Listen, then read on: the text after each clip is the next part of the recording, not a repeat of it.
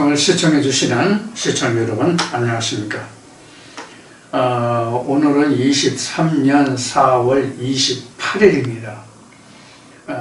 이번 주일은 다른 행사가 있기 때문에 오늘 미리 동영상을 준비해서 여러분들이 주일날 말씀을 들으시는 데에 지장이 없도록 하기 위해서 오늘 이 동영상을 녹화합니다. 여러분들이 주일날 말씀을 잘 들으시고 여러분들이 은혜 받기를 원하고, 지난주에 여러분들에게 말씀을 드렸던 내용 중에서 1장의 혼자물 있잖아요. 혼자물. 이 혼자물이 뭔가에 대해서 말씀을 드렸는데 여러분들이 많은 관심을 가지고 들어주셨던 것 같아요. 그리고 이사야 2장 첫 시간도 여러분들이 많이 청취를 해 주셨는데 여러분들께 감사드리고, 또 다른 한편으로는 제가 이사야를 처음 시작하면서 염려되고 걱정되는 말을 말씀드린 바도 있지만, 또 한 가지 두려운 것이 무엇이 있는가 하면은 여러분들이 말씀을 많이 들으시는데, 이 말씀을 많이 들어주시는 것은 고맙고 감사한 일인데, 하나님께 영광이고 하나님께 감사한 일인데, 한 가지 두려운 것이 뭐냐면, 여러분들이 왜 이 말씀을 제가 생각했던 요한복음이나 요한계시록보다 많은 관심을 가지고 들어주시는지, 이것에 대한 염려와 걱정도 사실 많은 것이 사실입니다. 여하튼 여러분들이 이사야 말씀을 대상으로 해서 여러분들이 많은 하나님의 섭리와 이스라엘 백성들, 즉 이스라엘을 향한 하나님의 역사와 그들을 향한 하나님의 징치와 그들을 향한 또 회복이 어떠했는지를 이사야 말씀을 통해서 여러분들이 교훈을 받으시고, 저와 여러분들이 지금까지의 믿음의 생활이, 신앙생활이 어떠했는지를 살펴보는 그러한 말씀이 되기를 기원할 뿐입니다. 그리고 제가 부족하고 연약하지만 이 말씀을 하나님께 열심히 묻고 기도해서 하나님이 주시는 온전한 말씀을 여러분들에게 전해드릴 수 있도록 최선을 다하도록 하겠습니다. 자, 이번 주도 이사야 2장, 이제 오늘은 이사야 2장 5절부터 시작할 차례인데, 오늘 이사야 2장을 다 마치는 것으로 준비를 했습니다. 우선은 첫 시간은 이사야 2장 5절로부터 11절까지를 1시간에 걸쳐서 1시간, 40분에서 50분 정도 생각합니다는 40분에서 50분 정도. 그 다음에 12절로부터 22절까지를 두 번째 시간으로 해서 오늘 이사야 2장 모두를 마치려고 합니다. 지금 이사야 2장, 오늘이 지난주에서 이제 두 번째 시간인데, 오늘 방금 말씀드린 같이 이사야 2장 5절로부터 여러분들과 함께 말씀을 나누기로 하겠습니다. 야곱 족속아, 오라, 우리가 여호와의 빛에 행하자. 주께서 주의 백성 야곱 족속을 버리셨으면 그들에게 동방 풍속이 가득하며 그들이 블레셋 사람같이 술객이 되며 이방인으로 더불어 손을 잡아 언약하였음이라. 이렇게 5절에서 기록하고 있습니다. 그래서 우리가 주안점을 두고 볼 부분이 어느 부분인가 하면, 2장 5절에서 지금 하나님이 말씀하시기를 주께서 주의 백성 야곱 족속을 버렸다라고 지금 기록하고 있잖아요. 여기 이 부분을 우리가 눈여겨보아야 할 부분입니다. 제가 늘 말씀을 드리지만 하나님의 창조 역사 이래, 즉 창세기부터 말씀을 드리는 거예요.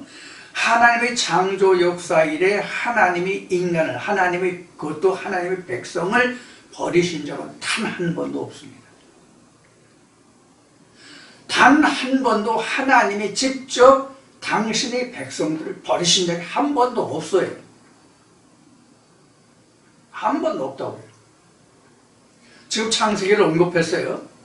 창세기에서 가장 먼저 하나님과 하나님 백성과의 간격이 벌어진 것이, 즉 하나님은 하나님대로, 인간 하나님 백성은 하나님 백성대로 유리된 것이 언제냐 하면은 신학적으로 타락이라고 하는 선악과 이후예요. 타락이라고 하는 선악과 이후거든요. 그러면 하나님이 하나님의 백성을 버리신 것이 아니라 사실은 하나님의 백성이 하나님의 계명을 지키지 않았기 때문에 하나님의 백성 스스로가 하나님을 떠나게 된 결과예요. 하나님은 당신의 백성을, 성경 어느 말씀을 보던 전에 한 번도 하나님의 백성을 버리신 적이 없어요. 지금 이사야 2장 5절에서도 말씀을 보면은 하나님이 저들을 버리셨음은 이라고 기록을 하고 있지만 그 뒤에 이어지는 말씀을 우리가 자세히 보자고요. 자, 다시 봅시다. 2장 5절부터 다시 보자고요. 야곱 족속아 오라. 야곱 족속을 향해서 하나님이 지금 하나님께 오라고 말씀하시잖아요. 야곱 족속아 오라. 즉 여호와께 하나님께 오라 그런 얘기죠. 우리가 여호와의 빛에 행하자. 주께서 주의 백성 야곱 족속을 버리셨으면, 이건 사실은 하나님이 이스라엘 백성들을 돌아오라고 하는 거지만 사실 이 말을 한 당사자는 누구예요? 이사야란 말이에요.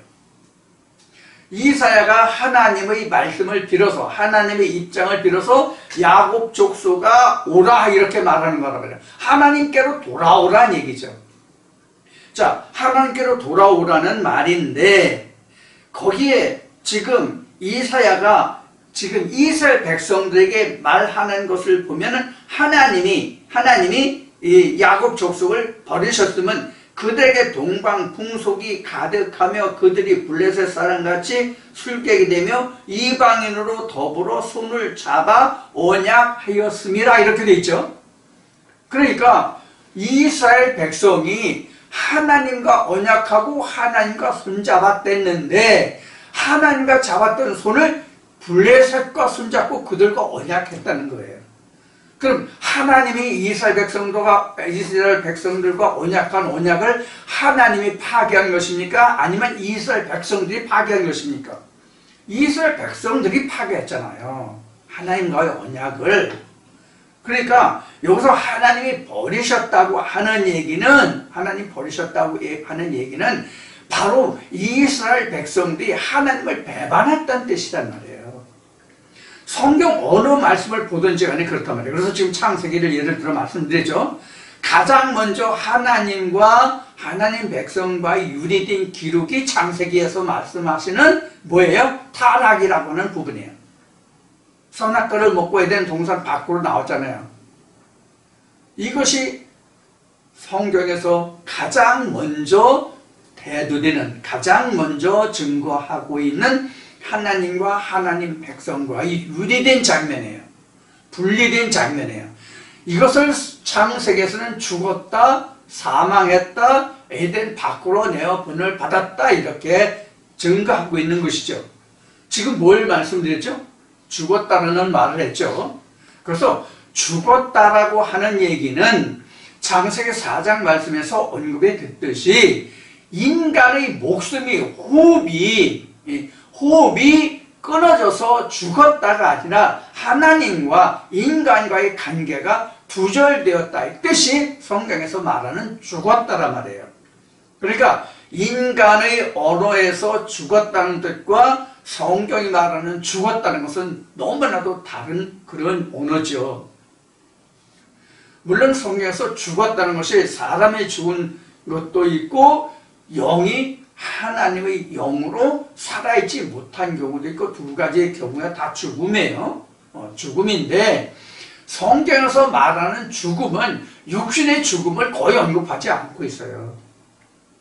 어쩌면 100% 전부 다 영이 하나님과 단절된 상태, 두절된 상태를 말하고 있죠. 이것을 하나님이 버렸다, 또는 이스라엘 백성들이 하나님을 배반했다, 언약을 어겼다, 떠났다 이렇게 설명하고 있고, 또는 죽었다라고 얘기하고, 사망이라고도 얘기하고, 음부에 들어갔다 얘기하고, 불못에 들어갔다고도 얘기하고 이런 거란 말이에요. 또 좀 더 혹독하다고 그럴까요? 그런 말로는 지옥불에 떨어졌다, 지옥에 들어갔다 이렇게 말한단 말이에요.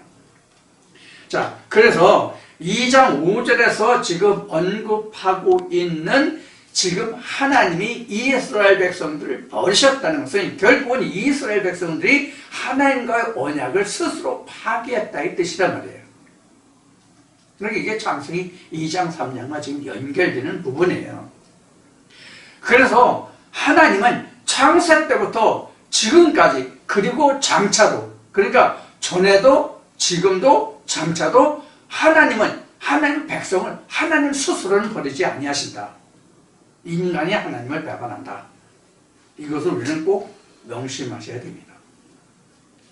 그러면 2장 이제 5절에서 그것을 말씀을 드렸고, 그 다음에 이제 동방풍속이 가득하며 그들이 블레셋 사람같이 이렇게 하고 있어요. 여기서 동방풍속이 가득하다고 하는 이야기는 그러니까 우리 지구촌에 그 동양이 있고 서양이 있잖아요. 이건 동방이 이 동쪽, 우리 한국을 포함한 일본, 한국, 중국, 이쪽 중동 이쪽까지, 중동 아시아까지 다 이거 우리가 그 동쪽이라고 할 수 있는, 동방이라고 할 수 있는 나라죠.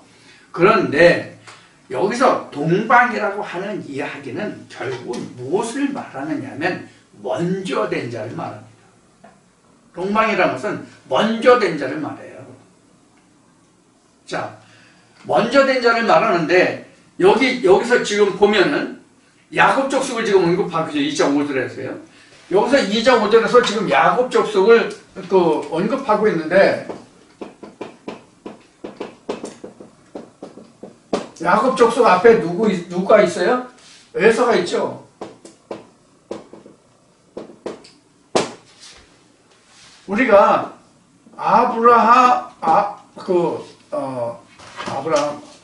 하지 말고 그냥 바로 합시다. 이삭에게 있어서 에서와 야곱이 출생을 하게 되죠. 그래서 여기서 에서와 야곱을 보면 이 사람이 동방족속이에요. 지금 여기서 동방풍속 이렇게 했죠. 동방풍속 또는 족속 이렇게 된단 말이에요. 이거 먼저 됐으니까 먼저 된 자잖아요. 그래서 창세기 25장에서는 두 국민이 서로 태중에서 복중에서 싸운다고 되어 있잖아요. 여기서 보면 요게 동방이 이게 나중된 자란 말이에요. 그래서 여기서 동방풍속이라는 것은 인간들이 먼저 섬겼던 것들을 이야기하는 거예요. 동방풍속을 쫓아갔다고 하는 것은. 자, 그러면 우리가 여기서 생각해 볼 것이 뭐냐면 창세가 나와요. 창세가 천지 만물이 이제 창세인데, 하늘을 짓고 땅을 짓고 맨 나중에 사람을 짓잖아요. 창세기 1장에서 보면 이렇게 이제 천지 만물을 짓는다서 땅이 먼저 지어지고 사람이 맨 나중에 지어져요. 그래서 사람을 맨 나중에 짓고 이 사람에게 천지 만물을 다스리도록 한단 말이에요. 주관하고 다스리라고 한단 말이에요. 하나님 그렇게 이걸 이제 복을 주신 거라고 그러죠. 자, 그렇게 이제 성경을 기록해요. 자, 그래서 여기에서 창세기에서 보면은 이렇게 되는데, 이거를 따져보면 창세기 4장에 보면 먼저 된 자가 누구냐면 가인이고, 그 다음에는 아벨이잖아요. 요거의 진전된 모습이 바로 야곱과 에서의 관계란 말이에요. 요것이 좀 더 진전해서 이것이 신약으로 오면은 뭐냐면 엘리야와 예수란 말이에요. 이게 이제 엘리야가 누구로 왔죠? 세례 요한이 왔죠. 이제 예수가 이제 증거한 거죠. 이제 요런 관계로 얘기한단 말이에요. 요거를 좀 더 성경적으로 구분하자면 에서나 어디 갔어? 가인이나 여기서 요 엘리야 요한 이거는 뭐냐면 이건 성경 전체 구조로 보면 구약을 이야기하는 것이고 요 에서나 아벨이나 예수는 신약을 의미하는 거고 이래요. 그 구약이 먼저 됐잖아요. 그러니까 하나님과 언약을 맺었다고 하는 것은 신약으로 전이 됐다는 얘기예요. 변환됐다는 뜻이에요. 그는 다시 율법으로 돌아갔다 구약으로 돌아갔다 이 뜻이 돼요. 결국 현재 우리 입장에서 현재 지금 입장에서 보면 이것이 동방풍속이에요. 그러니까 퓨뉴마 영적인 존재가 다시 인간적인 존재로 돌아갔다는 뜻이 바로 동방풍속을 좇았다는 얘기예요. 지금 여기 얘기가 우리가 이 말씀을 현재라고 하는 것은 이사야 때를 놓고 보면 블레셋 풍속이 되겠지만 동방이라는 먼저 됐다, 먼저 앞에 전제됐다, 선제되었다라는 의미를 놓고 보면 이렇게 우리가 성경을 전체를 다 이렇게 관철해 볼 수 있다. 관찰이 아니라 관철해 볼 수 있다고요. 구약에서부터 창세기부터 요한계시록까지 보면 바로 이런 의미를 담고 있는 것이 동방풍속이에요. 자, 우리가 동방풍속에 있다가 우리가 진리로 돌아온단 말이에요. 동방풍속에 있다 진리로 돌아온다고 우리가요. 그래서 사실 동방이라고 하는 것은 여러분들 이제 그 성전이나 성막 여기에서 여러분들이 생각하셔야 될 게 이제 하나 있는데 그것이 뭐냐 하면은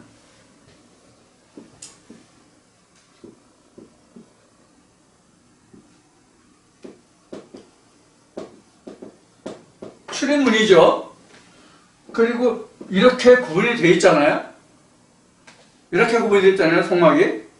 이렇게 구분되어 있는데 이 출입문이 무조건 동쪽이란 말이에요. 이거 이제 여러분들에게 민수기를 말씀드릴 때 이거 말씀을 드렸죠. 성전 얘기할 때 민수기에서 민수기 2, 3장에 보면 방향이 다 나와 있다는 얘기를 이미 드린 바 있어요. 그래서 동쪽은 그 시작이란 말이에요.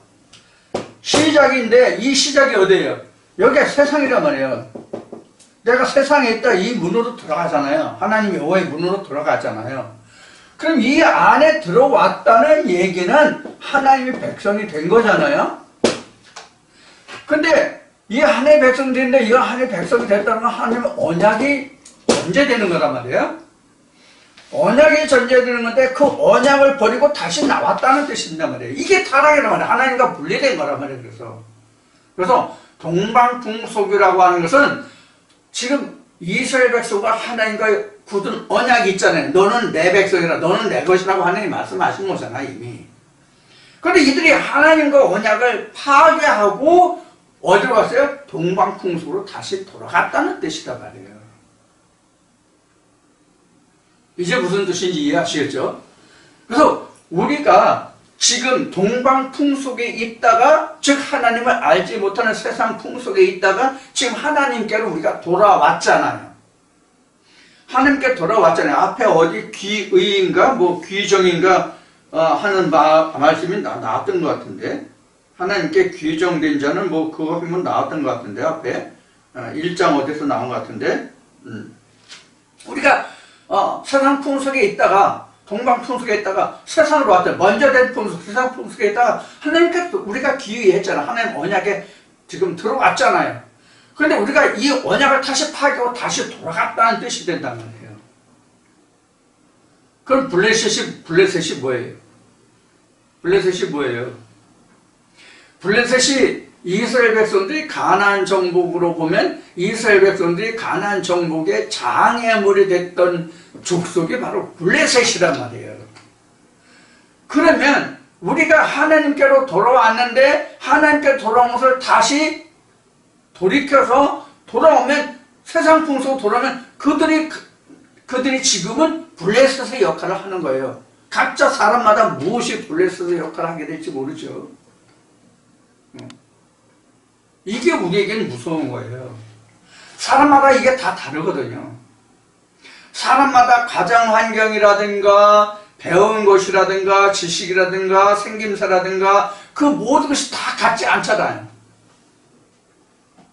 심지어 한 부모 밑에서 태어난 형제 자매라 할지라도 하나도 같은 자가 없잖아. DNA 자체가 틀리잖아. 개념 서열이 틀리잖아. 같은 유전자를 같은 그 부모의 유전자를 받고 태어났음에도 불구하고 다르잖아. 염기서열이 그 분석이 다 다르잖아. 어떻게 표현해야 될지는 의학적으로 이게 맞는 표현인지는 모르겠지만 이와 같은 형제라도 같은 부모에서 태어났다는 그 유전자를 받은 건 똑같지만 같은 그 DNA를 받고 유전자를 태어났어도 각자의 DNA가 다 틀리단 말이에요. 그래서 그 다음에 또 틀리고 그 다음에 또 틀리고 이렇잖아요.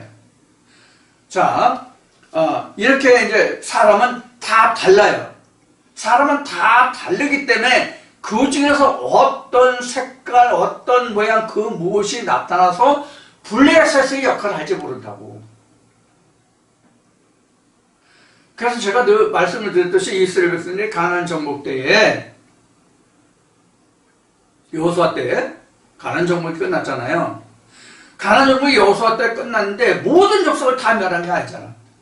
하나님이 처음에 아브라함에게 말씀하실 때는 가나안 그 모든 족속들을 멸하고 내가 내 4대 후손에게 그 땅을 주마고 말씀하셨지만 실제 여호수아 때의 가나안 정복 사상을 가나안 정복의 역사를 보면 성경 역사를 보면 다 멸하지 못하고 일부 족속이 남아서 그것이 사사기에서 보는 바와 같이 이스라엘 백성들이 하나님을 떠나면 이방 족속이 이스라엘 백성들을 이스라엘 백성들을 침범하고 그들을 힘들게 하고 그러면 하나님께 또 부르죠. 하나님께로 가는 거죠. 그러면 또 하나님의 사사를 세워서 그들을 지켜주시고 이것이 대체로 40년 주기로 반복이 됐단 말이에요. 이런 결과예요. 지금 이스라엘 백성들이 이렇게 지금 하나님의 은혜를 모르고 다시 돌아선 거죠. 그래서 동방풍속이 뭐다 하는 것을 지금 여러분들에게 지금 말씀을 드렸고요. 동방풍속에 가득하고 그들이 블레셋 사람같이 술객이 되며 이 술객이 된다고 하는 얘기는 뭐라 그래? 그걸 뭐 그러지? 그 점쟁이들이 이렇게 속살거리고 뭐 그런 거 있잖아요. 그런 점쟁이 같은 것들. 그런 것이 바로 술객이에요. 그런 행위를 한 것이 술객이라고.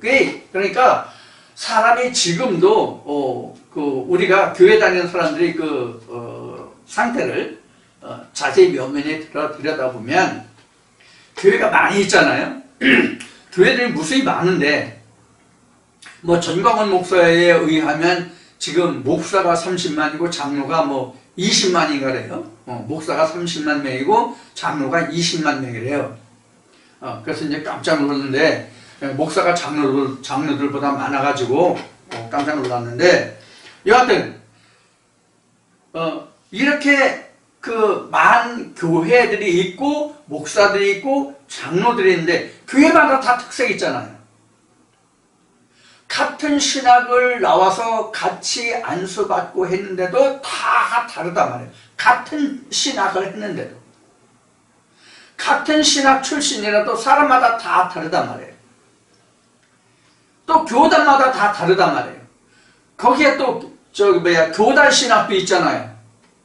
교단에서 하는 신학도 있잖아요. 총회 신학인가 뭐 있잖아요.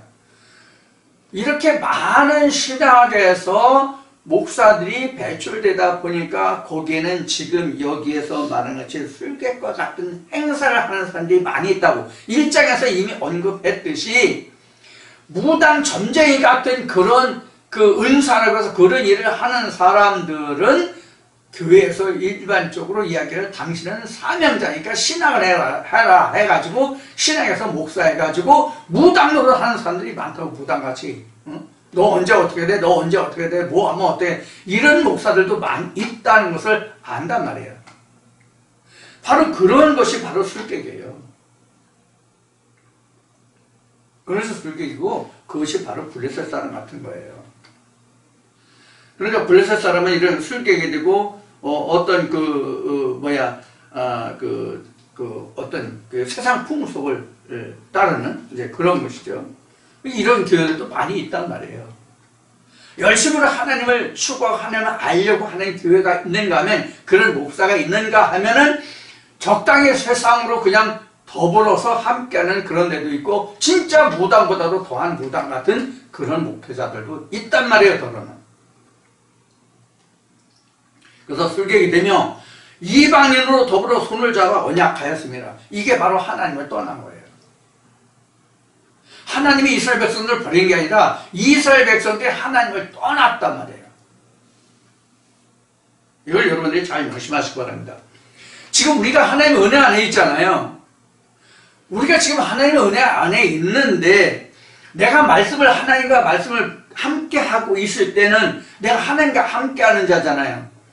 그런데 여기 지금 언급한 같이 동방풍속이나 블레셋 술객이나 이런 어떠한 그 무엇에 홀려서 내가 이 하나님의 언약에서 떠나면 하나님이 나를 버리는 것이 아니라 내가 하나님을 버린 거라고요. 그런데 우리가 항상 하나님이 나를 버리면 어떻게, 하나님이 나를 버리면 어떻게 하고 걱정하는 분들이 많이 있어요.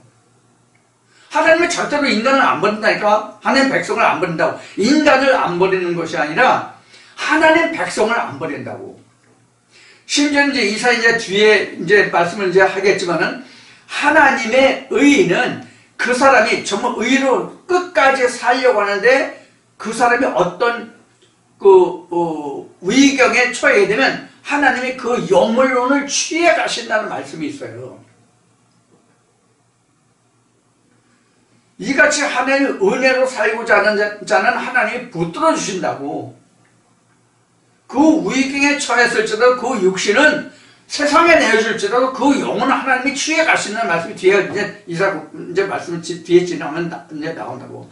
그런데 우리는 사람이 지레짐작으로, 내가 하나님의 말씀을 지금 요것뿐이 모르는데, 이만큼 모르는데, 하나님의 말씀이 예를 들어서 100이라면, 1000이라면, 만이라면, 내가 지금 10분이 모르는데, 50분이 모르는데, 100분이 모르는데, 언제 1000, 만까지 언제 다 알아서 내가 천국 가? 그러니까 나 다 알지 못하면 하나님이 나를 버리실 거야. 이렇게 걱정하는 분들이 있다고. 이거 걱정하지 마시라고. 하나님의 언약을 굳게 지키면 하나님이 나를 붙들어 인도할 수 있는 거예요. 이렇게 지금 여기 말씀에 이사야 선지자가 말한 대로 야곱 족속이 하나님과의 언약을 잃어버리면 안 된다 그래요. 야곱이 어떻게 하나님의 언약을 받게 됐습니까? 창세기에서 우리가 야곱이 어떻게 하나님의 은혜를 받게 됐는지를 우리가 상고해 보자고요. 원래는 앞에 여기 지워졌으면 에서가 받을 언약을, 에서가 이삭과 그 축복을 받기로 했는데, 고기를 해서 나를 먹게 하라, 그럼 내가 오늘 축복하겠다, 이렇게 이제 그 말씀이 기록되잖아요, 창세기에. 그런데 그 어미가 좀 나쁜 말로, 일본 말로 표현해서 야로를 부려가지고 그 어머니의 그 재치로 에서가 받을 하나님의 언약을, 축복을 야곱이 가로챘잖아요. 그래서 야곱이라는 이 이름이 사실은요, 사기꾼이에요. 도둑놈이에요, 사기꾼이에요. 뭘 사기쳤어요? 팥죽으로 장자권도 샀죠? 팥죽 한그릇, 장자권도 샀죠? 그 다음에 그 하나님의 나라도 자기 형 에사가 받을 거를 어미와 짝이 맞아고 어미의 도움이죠. 어미의 도움으로 그 형이 에사가 받아야 할 하나님 나라의 축복권을 빼앗아 왔잖아요. 이게 마태복음에는 누가복음에서 기록한 것으로 말하면요, 천군 침난자의 것이라는 얘기예요. 이게 형과 동생을 이야기해요.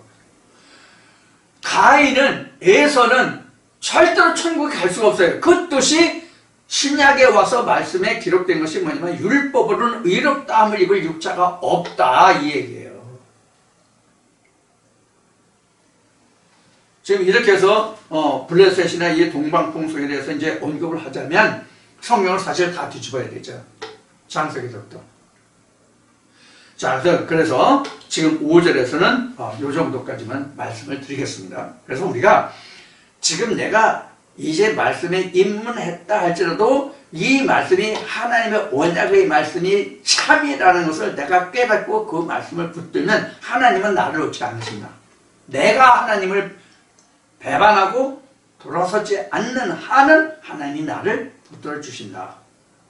이것을 꼭 여러분들이 명심하시고 힘을 내시기 바라고요. 그 다음에 7절 보겠습니다. 7절 보겠습니다. 그 땅에는 은금이 가득하고 보화가 무한하며 그 땅에는 마필이 가득하고 병거가 무수하며 그 땅에는 우상도 가득하므로 그들이 자기 손으로 짓고 자기 손가락으로 만든 것을 공경하여 이렇게 되어 있죠. 자, 그러면 이스라엘 백성들이 무엇을 쫓아갔다는 뜻입니까? 무엇을 청종했다는 뜻입니까? 피조물을 창조주보다 더 크게 여기고 귀히 여겼다 그런 거예요. 지금 여기 지금 은금 보화가 나오고 그 다음에 마필이 나오고 병거가 무수하다고 나오고 우상도 있고 그랬어요. 그 우상이 가득한데 그들이 자기 손으로 짓고 자기 손으로 만든 것을 공경한다고 되어 있죠. 이게 뭐예요? 피조물이죠. 그럼 피조물의 반대가 뭐예요? 피조물의 반대가 뭐예요? 스스로 있는 자예요. 피조물의 반대는 스스로 있는 자라고 출애굽기 3장에 나오죠. 나는 스스로 있는 자라고. 하나님이 당신이 누구냐라고 물었을 때에 나는 스스로 있는 자라고 말하죠. 그건 제가 많이 사용했던 영어 단어, 짧은 단어 안에 있죠. I am that I am. 나는 곧 나다. 이게 번역된 스스로 있는 자라는 단어인데, 자, 스스로 있는 자라는 뜻은 뭐예요? 스스로 있는 자라는 뜻은 뭐예요? 멜기세덱이라는 뜻이에요. 멜기세덱이 설명이 어떻게 나왔어요? 부모도 없죠? 그렇죠? 부모가 없잖아. 영혼을 방불케 하는 자라고 돼 있잖아. 이게 멜기세덱이라고. 스스로 있는 자라는 뜻이 멜기세덱이에요.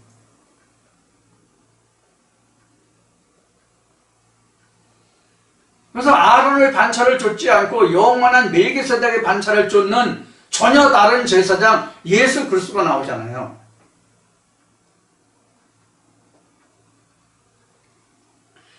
그래서 이스라엘 백성들이 블레셋의 모든 풍속과 술객과 그들을 쫓아갔다는 것은 지금 그 설명이 뭐냐면 마병대의 많음과 병거의 많음을 의뢰하지 말라고 이제 뒤에 이사야 또 이제 나오는데 뒤에 공부할 건데 거기다 자세히 할 거기 때문에 이것은 좀 그냥 살짝 지나가겠습니다. 그래서 은금 보화가 많다고 하는 얘기는 세상 그 물질의 축복을 말하는 거예요.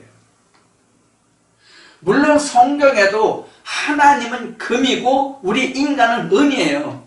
우리 영은 우리 인간의 영은 은이라고. 하나님이 금이라고 우리 영은 은이에요. 그래서 은도 내 거 금도 내 거 하면은 뭐 옛날에 기도원에서 부흥회 같은 거 할 때 은도 내 거 금도 내 거라 했으니까 뭐 금반지 은반지 다 빼 뭐 이렇게 해가지고 그 헌금을 했다느니 그 도둑질 했다니 뭐 그런 얘기들이 많이 있었는데 그런 은금도 있지만 하나님의 말씀도 금이거든요. 우리 지어진 신은 우리는 하나님의 말씀으로서 지어진 신이잖아요. 우리는 I am that I am이 아니라 I am that I am의 그 본체가 아니라 지어지는 I am that I am이잖아요, 우리는. 그러니까 우리는 은인 거예요. 하나님, 진짜 하나님 퓨어 골드라면 우리는 퓨어 실버란 말이에요. 자, 그래서, 그런 그 영적인 의미로 하나님과 하나님의 백성과의 관계도 우리가 은금으로 말할 수 있지만, 여기서는 지금 앞뒤 문맥으로 보면 블레셋을, 이스라엘 백성들이 블레셋의 풍속과 그들을 쫓아갔다고 말했고, 지금 7절, 8절, 9절까지 보면 자기 사람의 손가락으로 만든 거기에 절한다고, 즉 우상을 숭배하는 거잖아요. 그렇기 때문에 이 앞뒤 문맥을 보면 여기서 은금이라는 세상의 은금을 얘기하는 거예요. 보석 은금을 얘기하는 거예요. 금원을 얘기하는 거란 말이에요. 그러니까 세상 부여를 쫓아가는 거예요. 지난날 저나 여러분들 교회 다니면서 혹여 이런 세상의 그 모든 복을 누리고 그 복을 받으려고 교회 다니셨는지는 모르겠어요. 그런 분 없지 않아 계신지 모르세요? 저도 그런 생각 많이 했어요. 근데 성경에서 복이라고 하는 얘기는요, 사실 이 블레스잖아요. 이 블레스가 뭐예요? 이게 복이라고 되어 있거든요. 영어 단어는 이게 복이라고 되어 있다고. 이게 대표적인 게 시편 133편이에요. 하나님의 복을 명하셨는데 그 복이라는 단어가 이게 블레스로 나왔다고. 블레스가 이게 물질의 축복입니까? 이 단어가? 이거 무슨 뜻인지 난 모르겠어요. 모르겠는데 이 단어가 어떤 물질의 복은 아닌 거로 알아요. 이 단어 자체가.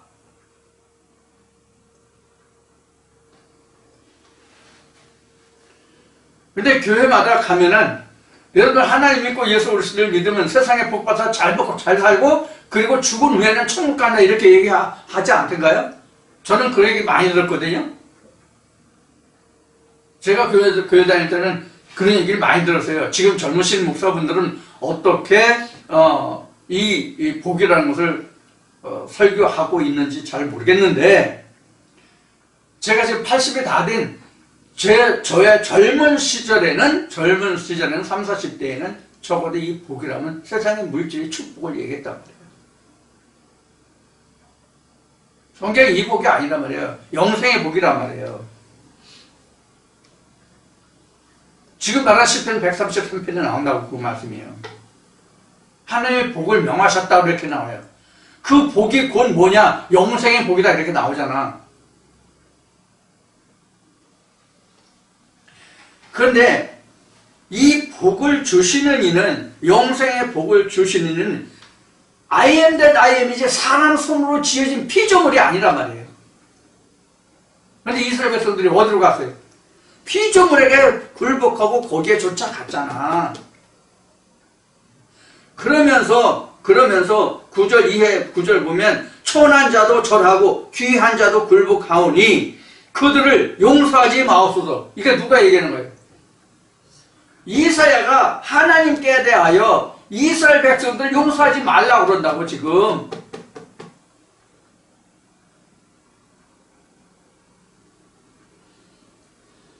왜? 하나님의 언약을 배반하고 떠나갔으니까. 그리고 블레셋 풍속과 사람의 손가락으로 지은 그런 우상을 지금 청종하고 그들을 이 우상을 바라보고 있으니까 하는 얘기예요. 자, 그러면 여기서 우상을 이제 이사야를 하면서 우상에 대해서 이제 여러 번 나올 텐데 여기서 우상을 좀 설명을 드리고 가겠습니다. 우상이라고 하는 것은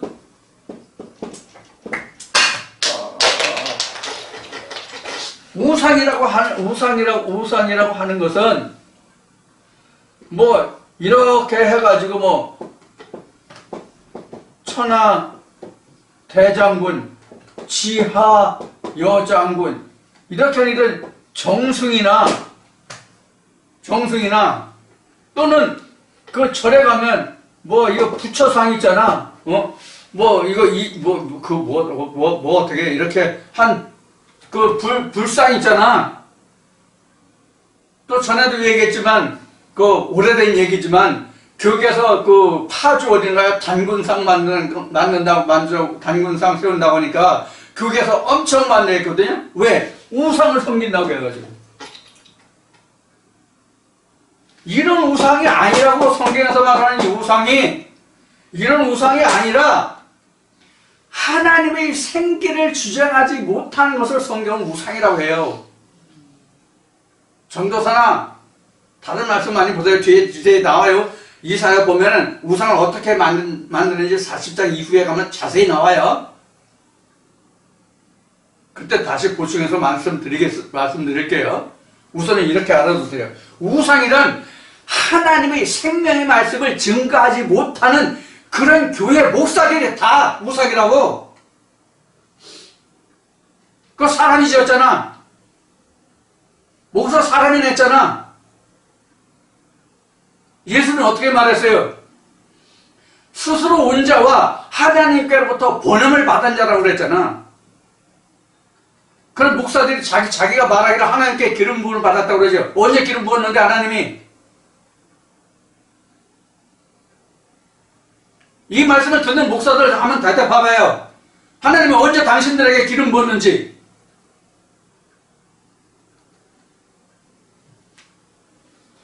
사람 손으로 지어졌잖아. 신학교는 학문으로 지어졌잖아, 당신들이. 그럼 신학교 교수가 하나님이야? 신학교 교수가 하나님이냐고?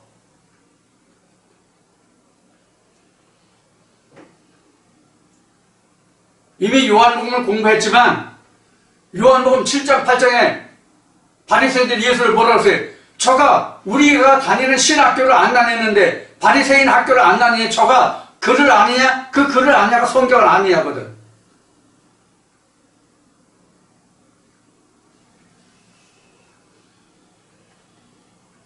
모세 신학교 나왔어요? 엘리사 신학교 나왔어요? 지금 구약 이사야 지금 말씀 보고 있는데 이사야 선지자 신학교 나왔다고 증거 있어요? 어디?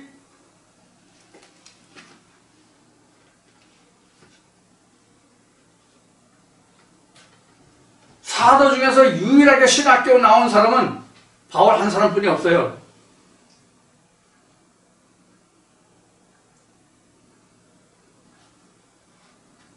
다른 사람 또 있는지 모르겠는데 나는 바울 한 사람뿐이 몰라. 사도 중에서는 그래. 사도 중에서 유일하게 신학 한 사람은 내가 바울 한 사람뿐이 몰라. 아볼로도 나중에 사도에 들어오긴 했는데 아볼로가 유일하게 유대인을 이겼다고 했는데 그가 신학을 했는지 안 했는지 기록이 있는지 없는지 나는 신학을 했다는 것을 본 기억이 없기 때문에 아볼로는 내가 뭐라고 못하겠지만 내가 아는 범주 내에서는 바울 말고는 신학을 한 사람이 없어. 그것도 당시에 가장 유명하다는 가말리엘 신학을 한 사람이 사도 바울이에요.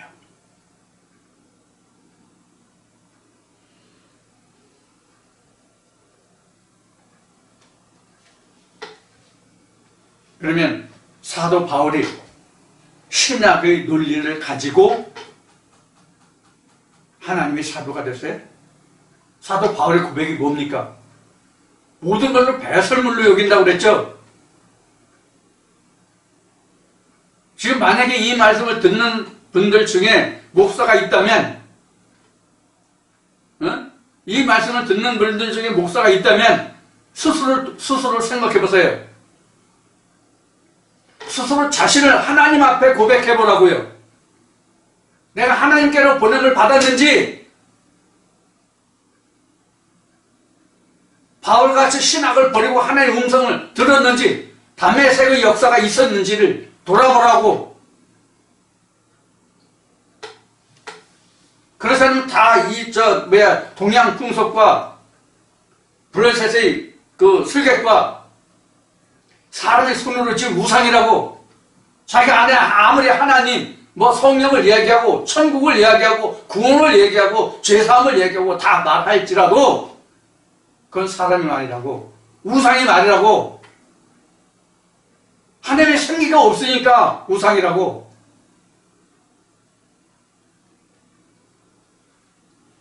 이 있는 목사님들 제 동영상에 제 전화번호 있으니까 이 있는 목사님들 저한테 전화하세요. 답변해 드릴 테니까. 한번 쟁변을 한번 해보자고요. 하나님 앞에.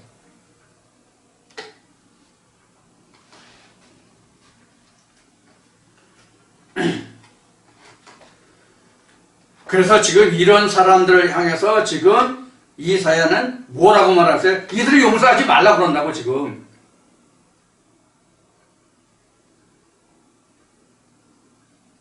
이제 이 말씀이 더 나가면 하나님 오히려 이런 술객들과 이런 그 우상들이 돌이켜 회개해 하나님께 돌아올까 염려한다는 말씀이 있다고 성경에는. 왜? 죄과를 물을 수가 없잖아. 어떤 죄인이 있다 하자. 그가 돌이켜 하나님을 믿고 의에 이르렀다 하면 전에 모든 죄과는 하나님이 기억지 아니하신다라고 되어 있잖아. 그러니까 벌 주려도 벌을 못 주잖아. 그래서 바울은 이렇게 말하잖아요. 우리가 그 하나님 앞에 죄가 큰 자가 하나님 은혜가 더욱더 넘쳤다니까. 그럼 우리가 더 많이 죄를 짓자. 그럼 우리가 더 많은 은혜를 받을 것이다. 이런 지금 요새 좀 세상 말로 얘기하면 이거 썩어 빠진 개 같은 소리 하는 사람들이 있었잖아요. 성경에도 보면.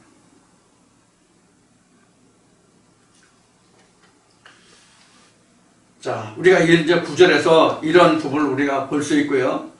그래서 하나님의 백성들에게 지금 이사야는 10절에서 무엇이라고 말하고 있느냐. 한번 봅시다. 너희는 바위 틈에 들어가며 진토에 숨어 여호와의 위엄과 그 광대하심의 영광을 피하라. 여기서 지금 진토가 나왔잖아요. 이 진토가 뭐예요? 지르개예요? 차르개예요? 흑부슬개예요? 창세기 2장 7절에 하나님의 생기를 받은 자가 누구죠? 창세기 2장 7절에서 하나님의 생기를 받은 자가 누구예요? 우리는 하나님이 흙으로 사람을 지시고 그 코에 생기를 불어넣으니 생명이 되었다 이렇게 번역되어 있죠. 그 사람이라는 게 뭐예요? 진토예요. 진토. 이 진토가 제일 많이 기록된 성경 말씀이 어딘지 아시나요? 에스겔서예요. 그럼 이 진토가 뭐냐? 아파르예요. 아파르는 뭐냐? 수많은 창세기 때 말씀을 드렸지만 수많은 인간들은 그냥 아담아예요. 아담아.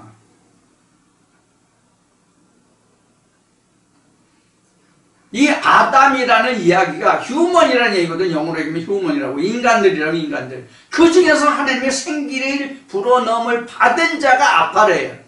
모든 인간은 창세기 1장 1절에서 천지를 창조해서 그 흙에 속한 자거든. 흙이거든. 그 흙들 중에서 먼지 같은 티끌 같은 한 존재. 오늘날 같으면 옛날에는 예수시절에 세계 지구촌의 인구가 얼마인지 모르겠지만 오늘날은 보통 70억, 80억 얘기해요. 지금 70억, 80억 중에서 진짜 하나님이 생명을 가진 자가 과연 몇 명이나 될까요?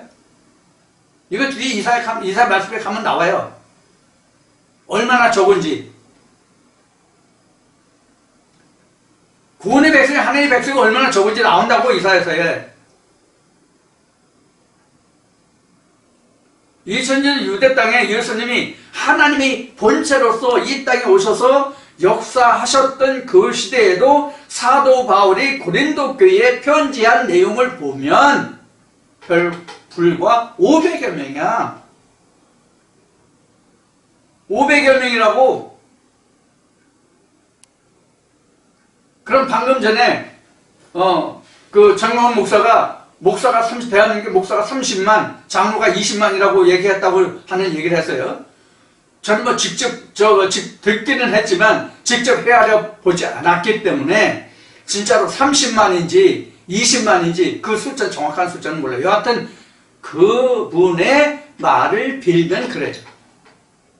그것도 오래되지 않아서 금년에 들은 말이야. 그러면 목사, 장로 포함해서 30만, 20만이면 50만이잖아요.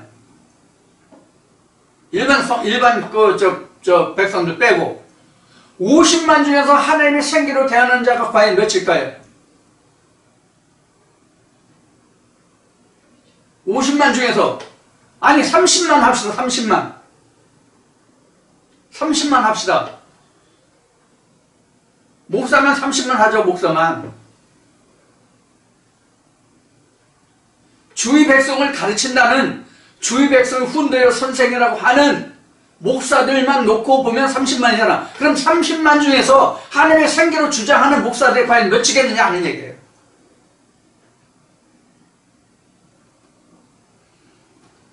(2000년) 전 유대 땅으로 가보자고.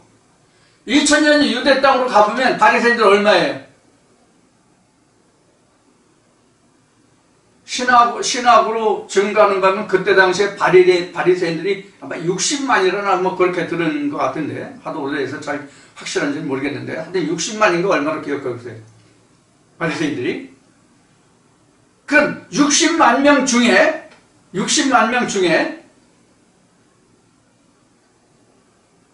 생기를 주장한 사람이 당시에 몇 명이었어요? 생기를 주장한 사람이 몇 명이었냐고. 예수 하나뿐이 없었잖아요. 그래서 후일에 사도들이 11명, 나중에 사도행전에 가서 마띠아를 넣어서 12명이 됐지만,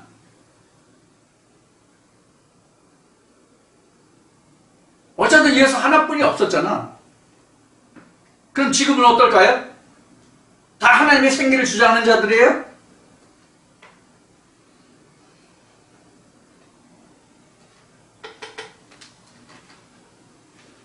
이 말을 듣고 있는 목회자분들이 있으면 스스로 생각해 보시라고. 하나님과 자신과의 관계를 하나님께 물어보라고. 자신을 확인해 보라고. 내가 사람에 의해서 목사가 됐는가? 하나님에 의해서 목사가 됐는가? 그게 지금 사람의 손가락으로 지은 거라고 하는 이야기예요. 지금 여기에 주위 백성이 다 굴복하잖아. 자기 자신은 하나님께 기름 받은 주의 종이라고 하니까 사람들이 다 목사하면 다 굉장한 줄 알고.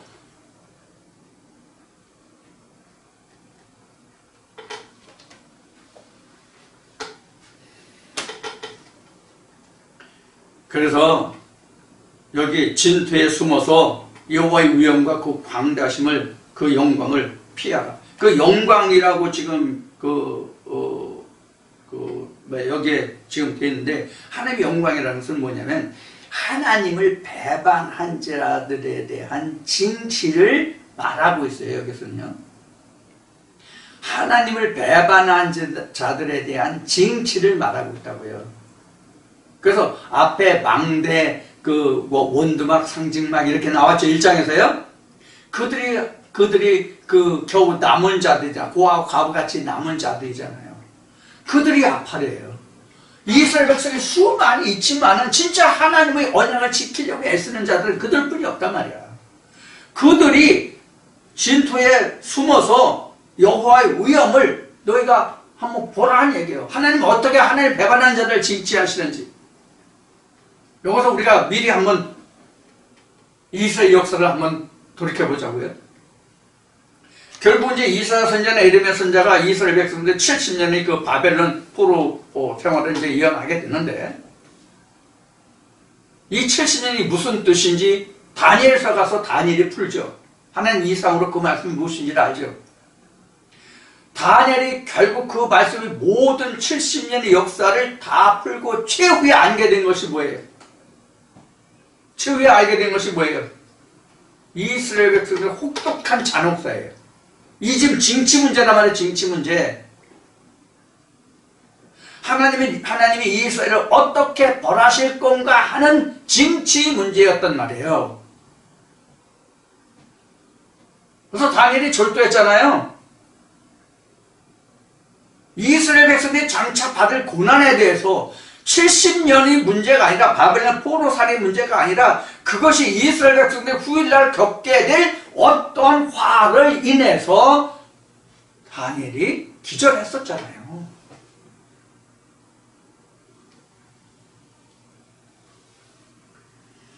그러니까 하나님의 남은 자들은 하나님의 남은 자들은 너희가 피하여 그들 무리와 함께하지 말고 그들을 피해서 너희들이 하나님의 영광을 너희가 목도하리가 한번 보아라. 하나님은 어떻게 그들을 벌하시는지.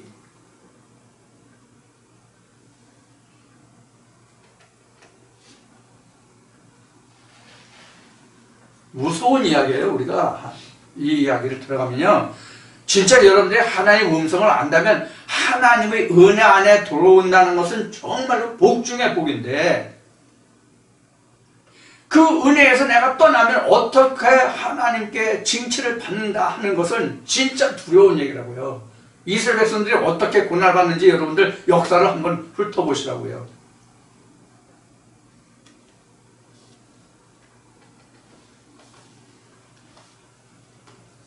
그래도 너나 할 것 없이 주의종 하면 하나님께 큰 축복을 받고 그가 죽으면 진짜 하나님 앞에 영광의 자리에 갈 거로 생각하는 사람들이 많고, 목사들 스스로 그렇게 생각하는 사람들이 엄청 많잖아요. 진짜 하나님으로부터 말씀을 받고 한번 눈을 바르게 뜨고 하나님의 눈으로 교계를 바라보시라고, 성경을 보고 교계를 바라보시라고. 피눈물 나지 진짜. 저도 그 문제 때문에 처음에 이 말씀을 받은 후에 엄청 헤맸던 사람 중에 하나예요. 이 수많은 주의 이름을 부르는 이 자들은 어떻게 되는가에 대해서 엄청 고민했던 사람이에요. 그래, 하나님의 말씀이 그러한 걸 어떻게 해요? 하나님의 말씀이 그러한데. 근데 우리가 지금 이스라엘로 말하면 사도 바울이 로마서에 기록한 것이 표면적과 이면적이 있잖아요. 그래도 우리가 희망적인 것이 뭐냐면, 우리가 표면적인 이스라엘이었기 때문에 우리에게 돌이킬 회개할 기회가 있다는 것, 아직 남아있다는 것. 히브리서로 말하면 여호와께서 안식을 주었다면이지만 아직도 우리에게 안식이 남았으니 그 안식에 들어갈 자가 있다고 히브리서는 기록하고 있잖아요.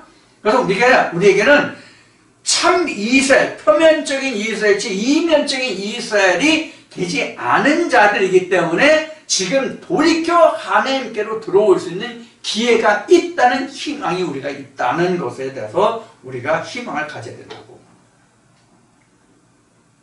근데 히브리서에 역시 기록된 말이 한 번 은사를 맛보고 이 은사를 돌이켜 하나님을 배반하면 예수 그리스도의 현재의 육보이니 그 나중은 다시 회개하는 제사가 없다라고 기록하고 있죠. 이게 진짜 지옥이에요. 이게 진짜 지옥이라고. 신명기 말씀을 그동안 여러 번 말씀을 드렸고 벌써 한 1년 가까이 되는 것 같은데, 신명기 하나님이 이렇게 말씀하셨잖아. 이스라엘 백성에게 한 말씀을 주시고 이 말씀을 지키면 복이고 이 말씀을 지키지 않으면 저주라고 말씀하셨잖아요.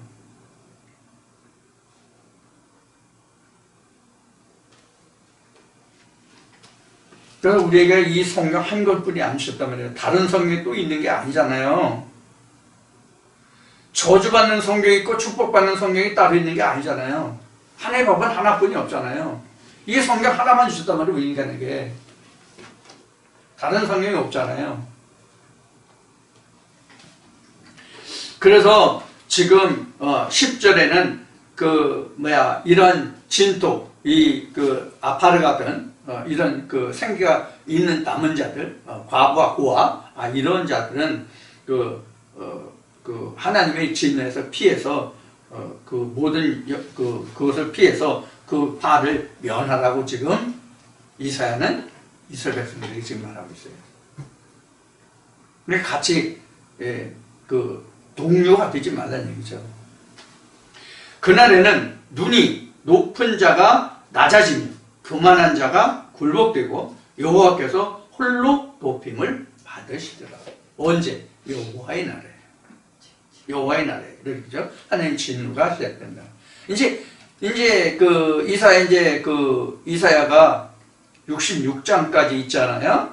이사야가 66장까지 있는데 이제 2장을 하고 있으니까 앞으로 남은 말씀이 많죠. 이제 시작도 사실은 제대로 못한 거지. 이제 2장 왔으니까 66장 중에서 2장에 이르러 있으니까 아직 굉장히 많이 남아있잖아요. 응?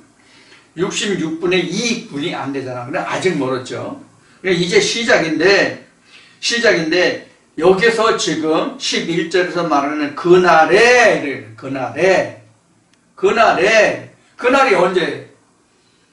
하나님이 이스라엘 백성들에게 보수하시는 날, 보복하시는 날. 그게 그날이란 말이에요. 자, 여기서 그날에 대해서 조금 설명을 드리면 그날은 여러 가지가 있어요. 이 그날이라는 것은 여호와의 날이기 때문에 그날은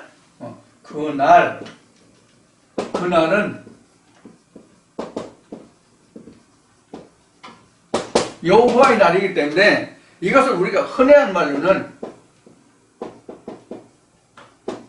마지막 때 또는 말세 이렇게 말할 수 있는 부분이에요. 그날이라는 여호와의 날이니까 그날이. 그러면 이것이 신학적으로는 뭐 여러 가지 설설설들이 있지만 성경이 말하는 그날은 우리에게 평생을 통해서 몇 번 오느냐면 3번 와요. 전혀 안 올 수도 있어요. 전혀 안 올 수도 있는데 우리에게 일반적으로 믿음의 길로 들어서는 것은 이 그날이라는 것이 3번이에요. 3번. 언제 3번이냐? 첫 번째, 거듭나는 때 또는 날. 이게 첫 번째예요. 이게 그날이에요. 거듭나는 때, 그날이에요. 그 다음에 그날은 또 뭐냐면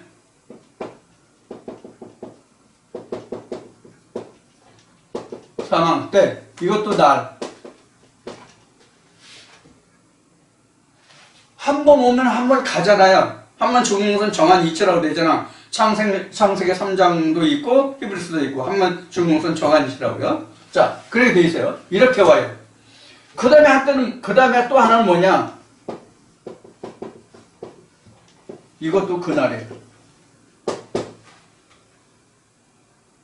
근데 이 둘째 사망은 지금 이사야 2장의 이 말씀을 놓고 보면 하나님의 언약이 내게 임하고, 즉 거듭난 때로부터 쭉 생활을 하다가 어느 날 다시 브레셋의 풍속이나 여기 나온 술객이나 또는 사람의 손으로 지은 그런 우상을 쫓아가거나 금은 부활을 쫓아가거나 세상의 물질을 복을 쫓아가거나 그러면 그것도 바로 둘째 사망이에요. 지금 이스라엘 백성이 하나님 언약을 하나님 언약을 어기고 브레셋의 풍속이나 술객이나 사람의 손으로 지은 피조물이 피조물이 좋다고 그 언약을 쫓아간, 그걸 수용한 이것이 바로 여기서는 둘째 사망이에요. 첫째, 영적 둘째 사망이에요. 이런 사람들에게는 조금 전에 방금 얘기한 히브리서 말씀과 같이 다시 드리는 제사가 없다고. 다시 회개하는 제사가 없다고. 즉 하나님께 돌아올 수 있는 길이 막힌다 그런 얘기예요. 이보다 더 큰 저주가 어디 있어요? 그런데 이런 거듭남이 없었던 사람들은, 즉 조금 전에 얘기했던 것 같이 그냥 신학에만 의존해서 그냥 하나님을 알았던 사람들은 거듭남이 없었잖아요. 말로는 거듭났다 뭐했다 했지만 거듭남이 없었던 거잖아요. 그런 사람들은 이게 둘째 사망이 없어요. 왜? 죽은 상태니까. 처음부터 하나님 생겨 들어가지 않았는데 언제 살은 적이 있어요? 거듭난 적이 없잖아요. 말로는 거듭났다고 하지만 거듭난 게 뭔지 모르잖아요. 자, 그러면 여기 둘째 사망에 이런 사람 없다고, 거듭나지 않은 사람은 둘째 사망이 없다고, 거듭난 사람만 둘째 사망이 있는 거예요. 성경을 잘 보세요. 요한계시록에 어떤 사람에게 둘째 사망이 있는지. 자, 그래서 이렇게 그날이 이렇게 와요. 그런데 이 거듭난 사람은 육신이 죽을 때 둘째 사망이 오는 게 일반적인데, 지금 말씀드린 바와 같이 거듭나서 세상의 문제로 인하여 육신의 문제로 해가지고 하나님의 말씀에서 떠나게 되면 그게 바로 그 영적인 육신은 살아있다 할지라도 그것이 영적인 둘째 사망이 된다, 그런 얘기예요. 그것이 지금 11절에서 그날에 라는 뜻이에요. 그날에 눈이 높은 자가 낮아지며 교만한 자가 굴복되고 여호와께서 홀로 높임을 받으시리라, 이렇게 돼 있죠. 근데 우리가 요한계시록을 공부했는데 요한계시록에 보면은 거듭남을 받은 자들도 그 요한계시록에 보면은 거듭난 자들이 있고 하나님의 그 모든 일곱 대접 재앙까지 있는데, 이렇게 하나님의 백성과 하나님의 백성들이 임하는, 그리고 일반 신도들에게, 교회 다니는 사람들에게 임하는 그런 진노를, 하나님의 진노를 보고도 성경 요한계시록은 어떻게 기록하고 있어요? 그래도 돌이키지 않는 자가 있고 하나님께 범죄하는 자는 여전히 있다고 기록하고 있다고. 그래도 하나님을 대적한 자는 계속 하나님을 대적한다고 성경은 기록하고 있단 말이에요. 요한계시록에 보면. 그것이 바로 그 여호수아서에서, 앞에도 말씀드렸듯이 여호수아서에서 이스라엘 백성이 가나안 정복을 했지만 일부가 남았잖아요. 그 중에 브레셋이 있지 않나요? 남은 족속 중에. 자, 이런 것들이 우리에게 문제예요. 그 남은 족속이 어떤 족속인지는 사람마다 다 다르다고 말씀드렸어요. 그런 역할을 하는 것이 브레셋이란 말이에요. 지금 브레셋이 지금 대한민국에 있어서 우리 믿음을 방해하고 조회하나요? 자, 이렇게 해서 지금 11절까지 말씀을 드렸습니다. 여기는 뭐 교만한 자가, 높은 자가 굴복되고 교만한 자가 뭐 하고 뭐 이렇게 되지만 여전히 하나님을 대적하는 자는 여전히 하나님을 대적한다. 이것을 우리가 꼭 명심해 두셔야 돼요. 그것이 내 속에 있을 수 있단 말이에요. 이런 족속이 하나님을 배반할 수 있는 그러한 여지가 각자의 마음속에 있다는 것을 우리가 잊어버리면 안 된다고요. 이것을 지금 이사야가 이스라엘 백성들을 향해서 말씀하신 이 말씀들을 통해서 우리의 현재의 믿음을 돌아보고 있는 부분이에요. 자, 지금 11절까지 말씀을 드렸는데 잠시 쉬었다가 12절부터 시작하겠습니다. 잠시 후에 뵙겠습니다.